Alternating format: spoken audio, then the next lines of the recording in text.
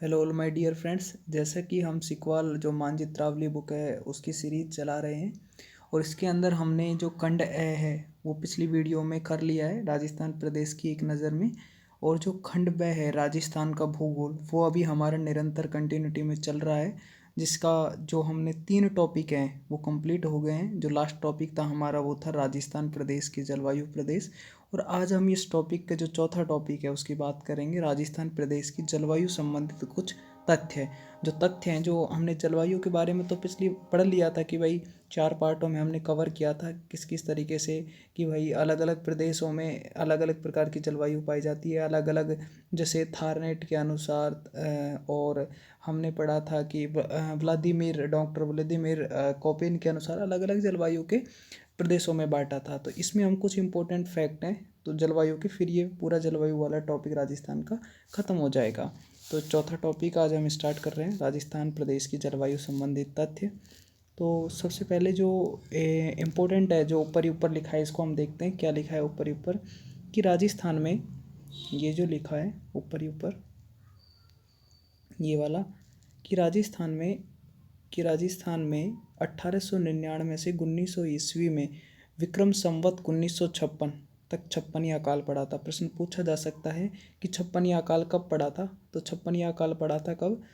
1899 से और 1900 ईस्वी तक। विक्रम संवत 1956 था, तो उस समय छप्पन का काल पड़ा था। ईस्वी की बात करें तो, और विक्रम संवत की बात करें तो 1956 में पड़ा था। अब कुछ इंपॉर्टेंट फैक्ट हैं जो कि हर ज़िले के अनुसार इसमें दे रखे हैं, और कुछ ज़िलों के अलावा भी इंपॉर्टेंट फैक्ट दे रखे हैं। कुछ तथ्य, फैक्ट की बोले तो तथ्य जलवायु से संबंधित, उन पे हम सब पे चर्चा करेंगे। तो सबसे पहले हम ऊपर से देखते चलते हैं। ये तो हमारा पूरा राजस्थान का मैप है, तो इसके अंदर हर राज्य के अनुसार कुछ इंपॉर्टेंट तथ्य दे रखे हैं, उन तथ्यों की बात करेंगे। तो सबसे पहले जो हमारा तथ्य है वो है हनुमानगढ़ से रिलेटेड। ये हनुमानगढ़ रहा, ये रहा हनुमानगढ़, और इससे रिलेटेड ये तथ्य दे रखा है। क्या तथ्य है? बात करते हैं कि ये तथ्य पूरा ब्लॉक के अंदर है, जो कि राठ राठ राठ एक क्षेत्र का नाम है जो हरियाणा के समीप का क्षेत्र है। हनुमानगढ़ में एक राठ क्षेत्र है। राठ किस प्रकार से संबंधित है, तो हम करेंगे कि हनुमानगढ़ का एक क्षेत्र है जो कि हरियाणा के समीप का क्षेत्र, उसे राठ कहा जाता है। अब देखते हैं श्री गंगानगर से इम्पोर्टेंट पॉइंट क्या दे रखा है। श्री गंगानगर से रिलेटेड ये दे रखा है कि ये पॉइंट क्या दे रखा है, सर्वाधिक आंधिया वाला जिला है श्री गंगानगर है। ये सर्वाधिक आंधियाँ चलती है मतलब यहाँ पे, और सूर्य की सबसे तिरछी किरणें पड़ती हैं यहाँ पे। राजस्थान का एक ऐसा राज्य है ये श्री गंगानगर जहाँ पे सर्वाधिक आंधियाँ चलती हैं और सूर्य की सबसे तिरछी किरणें पड़ती हैं यहाँ पर। चलो आगे चलते हैं कि आगे क्या क्या इंपॉर्टेंट पॉइंट हैं। आगे बात करते हैं हम, पहले हम ज़िलों की बात कर रहे हैं, फिर उनके अलावा पॉइंटों की बात करेंगे। अब बात करते हैं चूरू ज़िले की। तो चूरू ज़िला ये रहा। चूरू ज़िलों के बारे में ये इंपॉर्टेंट पॉइंट दे रखा है। क्या इंपॉर्टेंट पॉइंट है? पहला तो है कि सर्दियों में सर्वाधिक ठंड, तो गर्मियों में सर्वाधिक गर्म जिला है। सर्दियों में तो सर्वाधिक ठंड पड़ती है यहाँ पे, और गर्मियों में सर्वाधिक गर्म रहता है। सर्वाधिक वार्षिक तापांतर वाला जिला है, मतलब वार्षिक पूरे साल की बात करें तो सर्वाधिक तापांतर वाला, सबसे ज़्यादा तापांतर का तापमान में अंतर रहता है यहाँ पर। और सर्वाधिक गर्म स्थान भी है, ये सर्वाधिक गर्म स्थान भी है चूरू के बारे में। अब हम देखते हैं किसके बारे में, जोधपुर के बारे में। तो जोधपुर के बारे में दे रखा है, ये जोधपुर रहा हमारा। जोधपुर के बारे में दे रखा है, ये सर्वाधिक शुष्क स्थान है जोधपुर के अंदर है। हमारे राजस्थान में जो सर्वाधिक शुष्क स्थान है वो है फलोदी, जो कि कहाँ है? जोधपुर के अंदर है। फलोदी कहाँ है? जोधपुर के अंदर है। इस तरीके से प्रश्न पूछा जाएगा कि राजस्थान का सर्वाधिक जो शुष्क स्थान है वो कौन से ज़िले में स्थित है, कहाँ पर है? फलोदी में है, और वो जोधपुर में है। आगे चलते हैं, अगले ज़िले की बात करते हैं।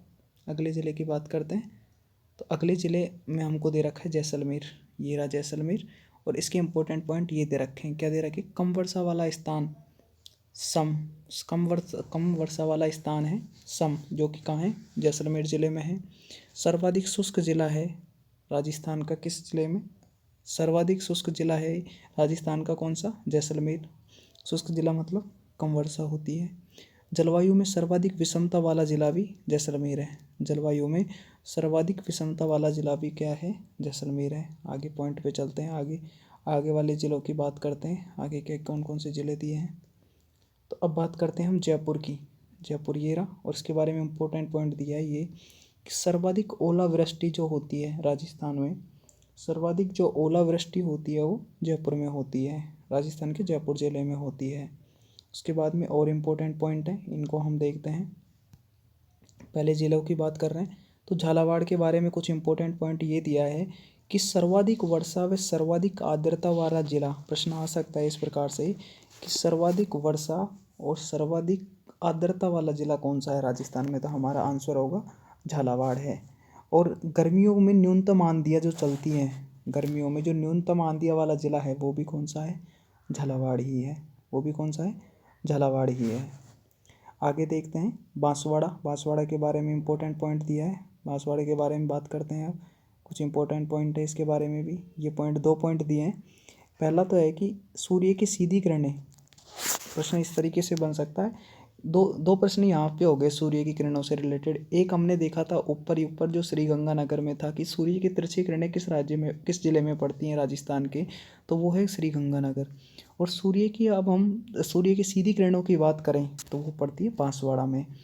और सर्वाधिक वर्षा वाला दूसरा जिला है, पहला जिला तो कौन सा हो गया राजस्थान में सर्वाधिक वर्षा वाला? झालावाड़। और सर्वाधिक आर्द्रता वाला भी झालावाड़ ही है, परंतु सर्वाधिक वर्षा वाला जो जिला है दूसरा वो कौन सा है? बांसवाड़ा है। वो कौन सा है? बांसवाड़ा है।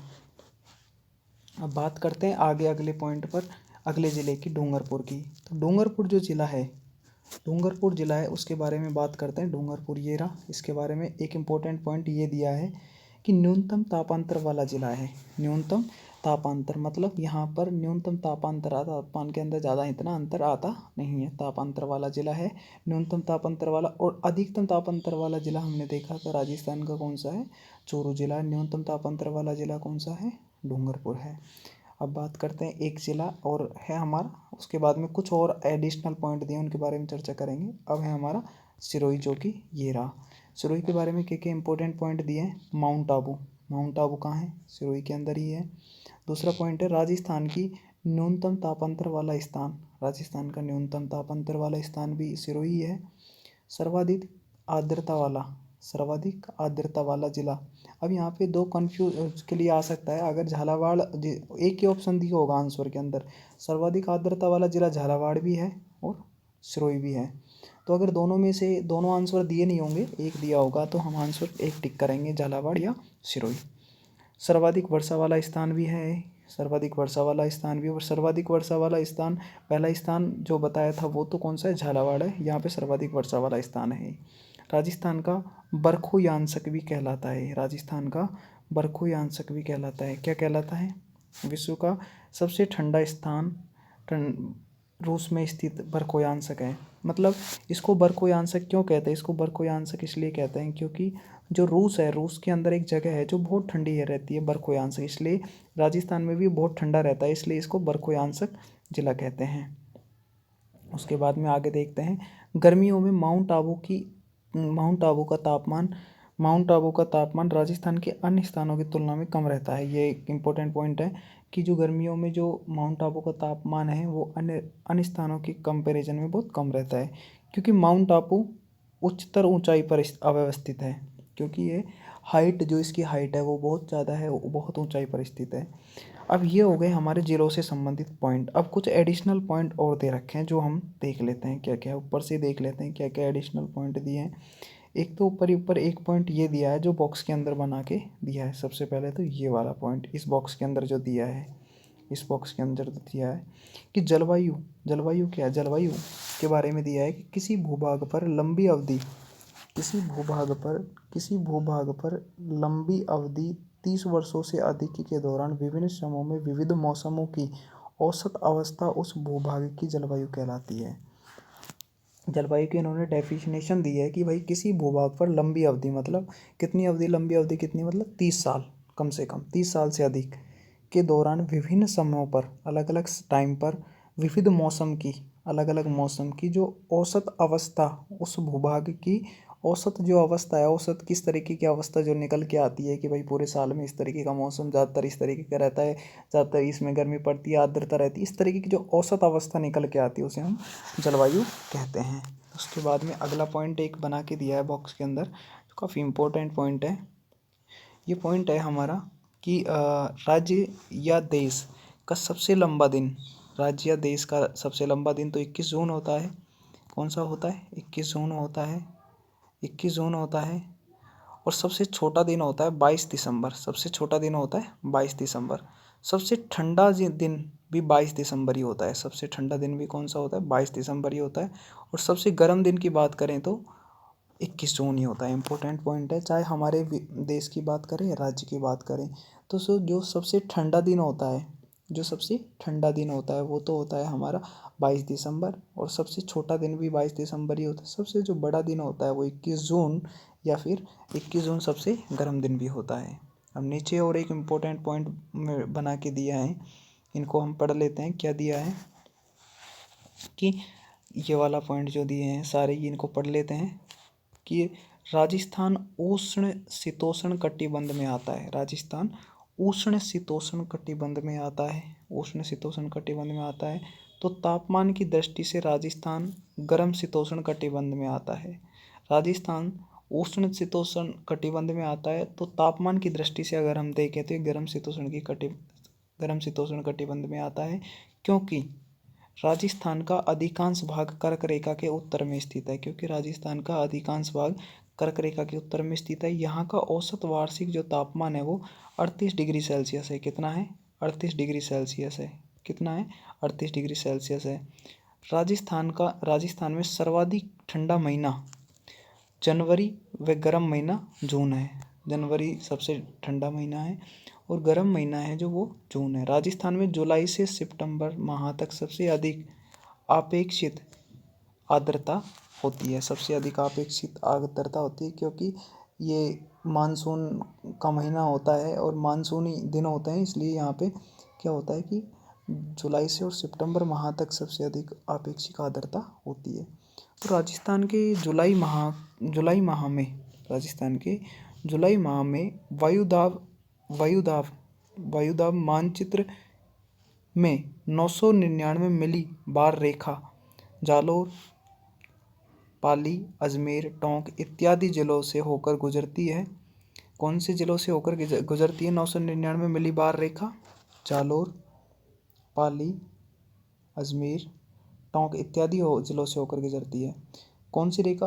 वापस पढ़ते हैं इसको। राजस्थान के जुलाई माह के वायुदाब मानचित्र में, मतलब कि राजस्थान में जो जुलाई महीने का जो वायुदाब मानचित्र होता है उसमें जो 999 मिली बार रेखा, बार मतलब बार किसका मतलब होता है? प्रेशर, वायुदाब मीटर मेजरमेंट होता है। तो वो कौन से 999 बार रेखा कौन से जिलों से होकर गुजरती है? वो गुजरती है जालोर, अजमेर, पाली, टोंक इत्यादि जिलों से होकर गुजरती है, राजस्थान में न्यूनतम ग्रीष्मकालीन तापमान वाला क्षेत्र दक्षिण पूर्वी राजस्थान है। राजस्थान में न्यूनतम ग्रीष्मकालीन, गर्मियों में जो तापमान वाला जो क्षेत्र है दक्षिण पूर्वी राजस्थान है। तो पश्चिमी राजस्थान का मौसम सूखा होता है। पश्चिमी राजस्थान का मौसम सूखा होता है। तो ये आज का हमारा जो टॉपिक है राजस्थान प्रदेश की जलवायु संबंधी तथ्य, ये कंप्लीट होता है। अब हम अगले टॉपिक 5वां टॉपिक पढ़ेंगे जो भूगोल के अंदर है, खंड ब के अंदर राजस्थान प्रदेश में अपवाह प्रणाली, जिसके अंदर हम पढ़ेंगे कि अरब सागर में कौन सी नदियाँ गिर रही हैं, राजस्थान से बहकर जा रही हैं और वो अरब सागर में गिर रही हैं, कौन सी बंगाल की खाड़ी में गिर रही हैं, कौन कौन सी नदियाँ अंदर से बहती हैं। इन सब के बारे में हम आगे चर्चा करेंगे। तब तक के लिए bye bye, take care friends, thank you.